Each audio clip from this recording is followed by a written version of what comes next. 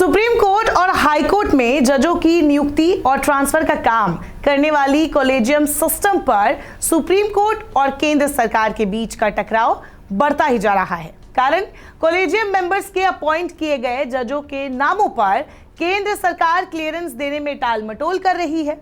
Supreme court में SK Kaul और as ओंका की बेंच ने बेंगलुरु एडवोकेट्स एसोसिएशन की पिटीशन पर सुनवाई की है। इस दौरान कोर्ट ने कहा कि केंद्र की लेट लतीफी के चक्कर में सीनियर जज जिनके एक्सपीरियंस से जुडिशरी को फायदा पहुंचता वो अपना नाम वापस ले रहे हैं। ये फ्रस्ट्रेटिंग है। साथ ही सरकार को चेतावनी भी दी गई है। हाई कोर्ट और सुप्रीम कोर्ट में जजों की नियुक्ति कॉलेजियम सिस्टम करता है, जिसमें 5 सीनियर जज होते हैं, जिसमें से एक मेन होता है। सुप्रीम कोर्ट में सीजेआई और हाई कोर्ट में चीफ जस्टिस। मतलब सुप्रीम कोर्ट में सिस्टम के हेड है नए सीजेआई वाई चंद्रचूड़। अब जजों के अपॉइंटमेंट के लिए कॉलेजियम मेंबर ने अपनी सिफारिश सरकार को 2 बार भेजी है, लेकिन उन्हें अनदेखा कर सरकार जुडिशरी के काम में देरी करवा रही है।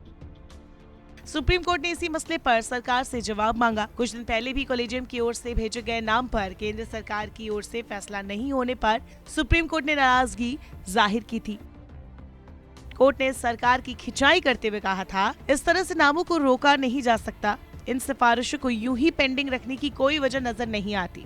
देरी के चलते कई बार अच्छे लोग खुद अपना नाम वापस ले लेते हैं, जिससे जुडिशरी को नुकसान पहुंचता है। कोर्ट ने इस बारे में लॉ सेक्रेटरी को नोटिस जारी करते हुए क्लियर जवाब भी मांगा था। वही 28 नवंबर को हुई सुनवाई में जस्टिस कौल ने कहा कि ऐसा लगता है कि नेशनल जुडिशियल अपॉइंटमेंट कमीशन यानी कि एनजेएसी एक्ट को पास न किए जाने से सरकार नाराज है।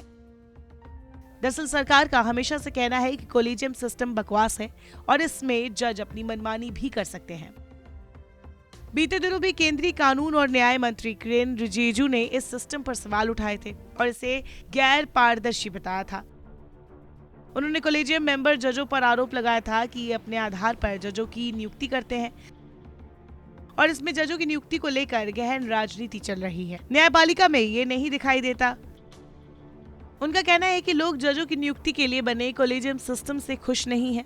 जज आधा समय नियुक्तियों की पेचीदगियों में ही व्यस्त रहते हैं, जिसकी वजह से न्याय देने की उनकी जो मेन जिम्मेदारी है उस पर असर पड़ता है। इसी बयान के बाद नए सीजीआई ने भी कॉलेजियम सिस्टम की वकालत की थी और कहा था कि बदलाव जरूरी है, लेकिन ये सिस्टम जुडिशरी की फ्रीडम के लिए भी जरूरी है। हालांकि कहा जा सकता है कि सरकार इस सिस्टम की आलोचना इसलिए भी कर सकती है क्योंकि उसे इसमें हस्तक्षेप करने का अधिकार हासिल हो सके।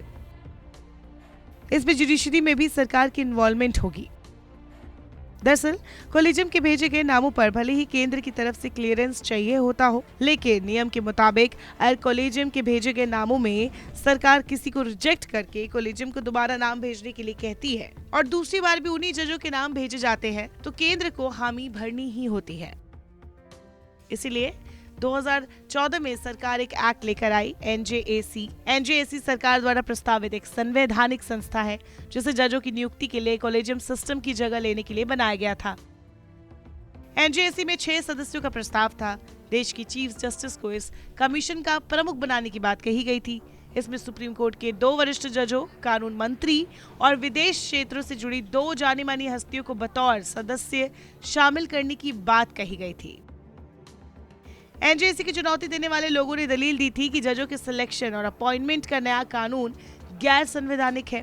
इससे न्यायपालिका की स्वतंत्रता पर असर पड़ेगा। वही केंद्र ने इसका बचाव करते हुए कहा था कि 20 साल से ज्यादा पुराने कॉलेजियम सिस्टम में कई खामियां थी। हालांकि 2015 में ही सुप्रीम कोर्ट ने इसे असंवैधानिक करार कर दिया और इसे न्यायपालिका के कामकाज में हस्तक्षेप बताया। उधर बीते दिनों सुनवाई में बेंच ने यह भी तंज कसा कि लगता है केंद्र अपॉइंटमेंट के मेथड से नाखुश है, इसीलिए इस तरह की जुडिशरी के काम में बाधा डाली जा रही है। कोर्ट ने कहा, मैंने हाईकोर्ट के नामों पर कोई टिप्पणी नहीं की क्योंकि 4 महीने नहीं बीते थे, लेकिन ये नाम 1.5 साल से पेंडिंग है। आप नियुक्ति के तरीके से निराश है। हमने केवल समस्या का पता लगाने के लिए नोटिस जारी किया है। वही भारत के अटॉर्नी जनरल और सॉलिसिटर जनरल ने इस मुद्दे पर कहा कि वो केंद्र के साथ इस बारे में हल निकालने का प्रयास करेंगे। और कोर्ट ने कहा, हमें देखने दे कि एजी और एसजी सरकार को इस पर विचार करने के लिए राजी करते हैं। कृपया इसे हल करें और हमें इस संबंध में न्यायिक निर्णय लेने के लिए मजबूर ना करें। इसके बाद सुनवाई 8 दिसंबर के लिए स्थगित कर दी गई। नमस्कार, मैं हूं मानक गुप्ता। अगर आपको हमारा ये वीडियो पसंद आया हो तो इसे लाइक और शेयर जरूर करें और हाँ, हमें सब्सक्राइब और फॉलो करना ना भूलें ताकि आप देश और दुनिया की कोई खबर मिस ना करें। तो जुड़े रहिए हमारे साथ और देखते रहिए News 24।